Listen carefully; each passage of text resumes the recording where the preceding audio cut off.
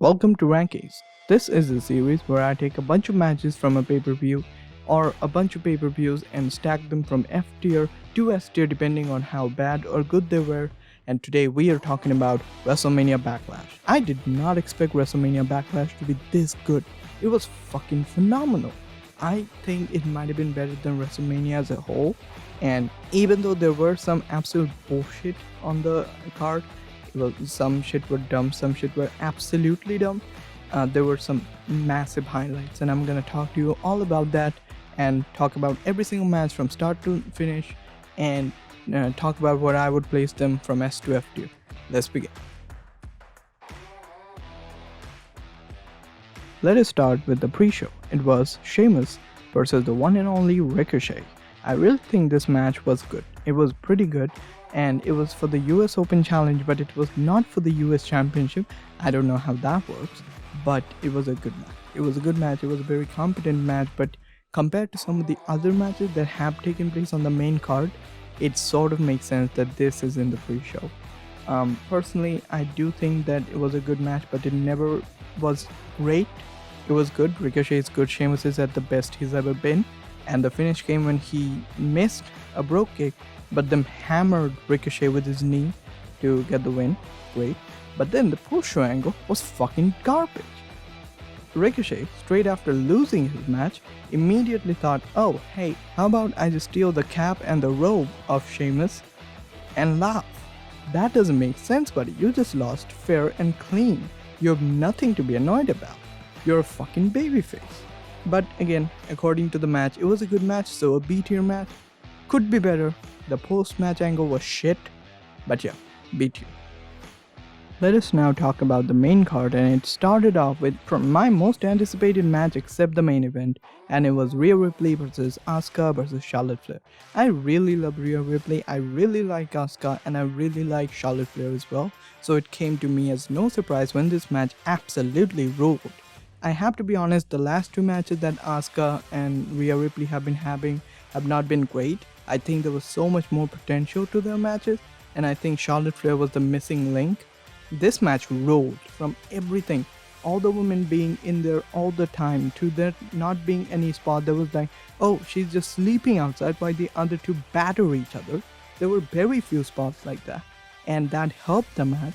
The moonsault was beautiful. Charlotte is absolutely phenomenal. The ending was a bit weird. I don't get why Charlotte did not break up the pin. She would have been able to, but I think she slipped or something. I don't get it.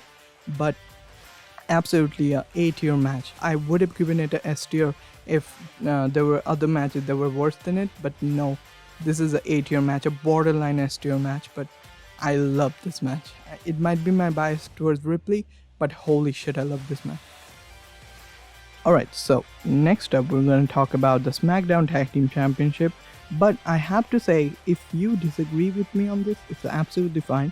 Let me know your opinions in the comments, but I think this match was good, but went way too long. First of all, the match, before the beginning of the match, Robert Roode and Dolph Ziggler just beat up Dominic. You dumb idiots, you would have beaten up Rey Mysterio because he's the veteran. He's unarguably better than Dominic. Why would you beat up the kid and not the father? God knows you goddamn idiots. But the match started off and Rey started hauling ass. Then they worked over Rey. Dominic came out. They worked over Dominic. Then Rey got attacked and they worked over Rey. The pacing was a bit off. I think the ending was a bit abrupt. But yeah, fine. A B tier match. I'm going to give this a B. I do think that this was... A lot of people loved it, and I think the sentimental value was great. The women's tag team match from SmackDown, it wasn't a great match, but the angle and the sentimental value was fucking great. Same for this one. It could have been better as a match, but from the sentimental value of Rey Mysterio being tag team champions with his son is great, but for a match, I have to give this a B. You know how WrestleMania had the supernatural bollock of the Fiend and everything went on. The Fiend and the supernatural shit was the biggest dump on WrestleMania.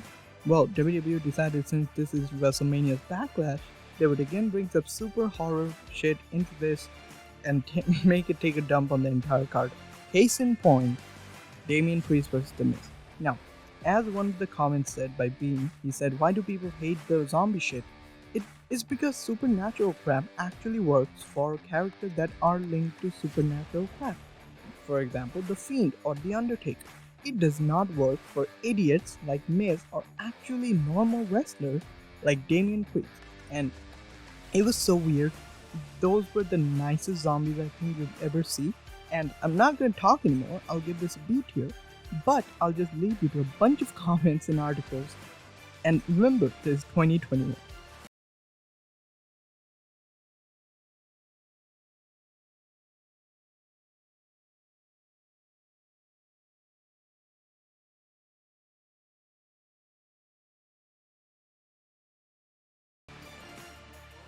Alright, now that we're done talking about the low points of the pay-per-view, let's talk about the high points. Case in point, Bianca Belair versus Bayley. Now, I don't know what it was about this match. It was great, but it wasn't perfect. Like some of the matches that we will get to, they were borderline perfect. There was something missing in this one. But let me just say, Bayley might be one of the best in SmackDown right now, because even though Bianca's great, Bayley has her character down and she's a phenomenal wrestler. I don't think she gets enough credit nowadays ever since she's lost her championship. Now, let's talk about the match. It was good. It was really good, and the ending could have been botched or planned depending on which way you look at it, and it was sort of great because now Bayley gets to say, "Oh, you did not really pin me. That was illegal to use the ponytail." I love the line. Michael noted down Bianca cheated. I love her character and her interactions with Michael Cole. The match was great. It was an A-tier match. I'm not going to give it a S tier. No, I'm not. It's not B tier. It's not that bad, but oh, it could have been better. Something was missing. It could have been better. Maybe Sasha Banks could be the missing piece. Maybe, but for the time being, yeah, A tier.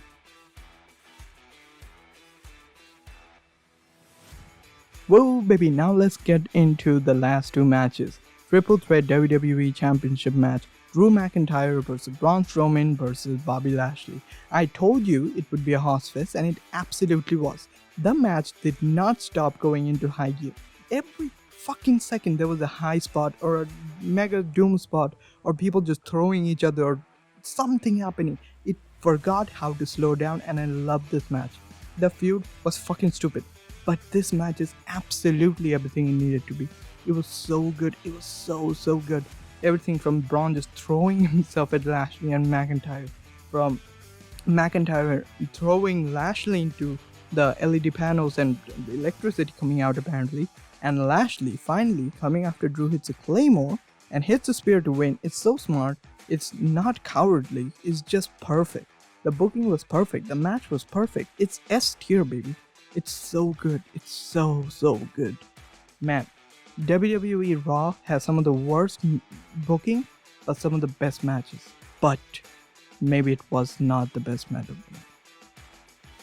Ladies and gentlemen, if the triple threat was a spot fest, this was completely different. Cesaro versus Roman Reigns. Take a minute to soak that in. Cesaro is facing Roman Reigns in the main event of a pay-per-view for a singles match, for a singles world championship. That is saying something. This was completely different. So from the get-go, Roman knew that Cesaro's main strength was his uppercut or his right hand. So he started targeting his right hand, which is something that was taught to him by Daniel Bryan, who he in the middle of the match was like, "Hey DB, look at what I'm doing to your boy." Perfect! Roman Reigns is the biggest superstar in wrestling right now, only to be competed against by maybe Will Ospreay and Kenny Omega, but that's the video for a different day. But oh my god, this is fucking phenomenal. This was such a great match. You had every single doubt in your mind. Maybe Roman will not win. Maybe Jay is not by his side. Maybe Cesaro will win. But Roman Reigns got an actual pin on Cesaro that was not shitty. Let me repeat, he won clean. One of the things that people were saying about Roman Reigns is that, well, he never won his match by himself. There was always some shitty stuff involved. And while that is true, that was also a good thing. But now he has won his match against Daniel Bryan clean, and now he has won his match against Cesaro clean. He looks like the biggest badass in the world, and it's perfect. His character work is perfect. Jimmy Uso could have made an appearance after the match. After the match, Jey Uso beat up Cesaro, and then Eventually, Seth Rollins beat up Cesaro. Did not really like that. I think Cesaro should not be moving into a feud with Seth Rollins again. But yeah, absolutely love this S tier all day, baby. 2 S tiers for the first time in 2021. 2 S tier matches, and I am saying this with all certainty. I don't think there is going to be any better B-level pay-per-view in 2021. Mark my word. So thank you everybody so much for watching. Hope you enjoyed. If you have not seen everything that has happened at WrestleMania Backlash and would like to catch up in very small time, I have made a 5-minute review of the entire show. I'll leave a link to that at the end card, but also I am bringing the second part of my fantasy booking series, the women's division, with the SmackDown women's division coming probably this week, by the end of this week, let's see. And next week, or probably somewhere around that, I'll be bringing Why the Fiend is a Failure, a 20 to 25 minute video that will be my biggest project today. Please do watch that. Please do like, share, subscribe, all the shit. And as always, I'll see you in the next one.